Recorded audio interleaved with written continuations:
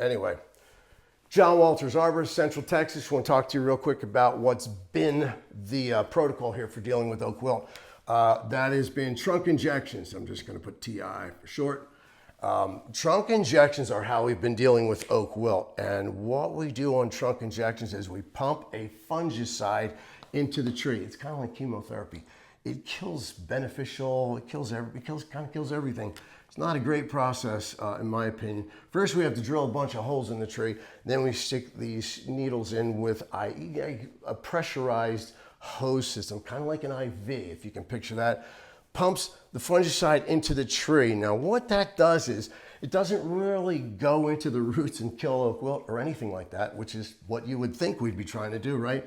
All it really does is it builds this firewall right here, so that as oak wilt fungi is moving through the root system and as it starts to try to come up into the stem and the tree responds and kills itself, it stops that. So it stops the oak wilt here, somewhere around the base where you inject it. The fungicide will move up the tree, but generally only moves down about a foot, foot and a half tops. Doesn't go out and really get rid of the oak wilt. That said, this firewall will last you about 1.5 to 2 years. The oak wilt fungi can stay in the root system for 5, some are saying 10 years. I don't know. I haven't seen a property go that long, but I'm sure it's out there. Even if it stays for 5 years, if this lasts 1.5 to 2 years, you've got to do it 3 times. And the real problem with this is cost. And whenever you have a solution, a lot of times they'll come up with a solution and say, hey, here's our fix for it. But then the science sounds like it works, but the math doesn't.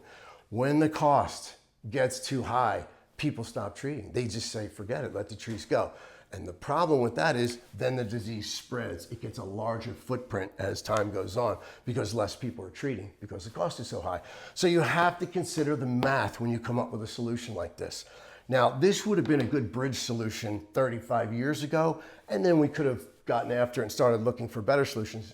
But for whatever reason, they didn't. That was it. We just stopped. This became the solution by default, and everybody does it. It's not, like I say, it's got a lot of problems with it. About 3 years ago, I started looking for another solution. About 4 years ago, started trying to find other solutions because I knew there was something out there. And I'll talk about that in the next video. That's Arborvax. John Walters, arborist, Central Texas.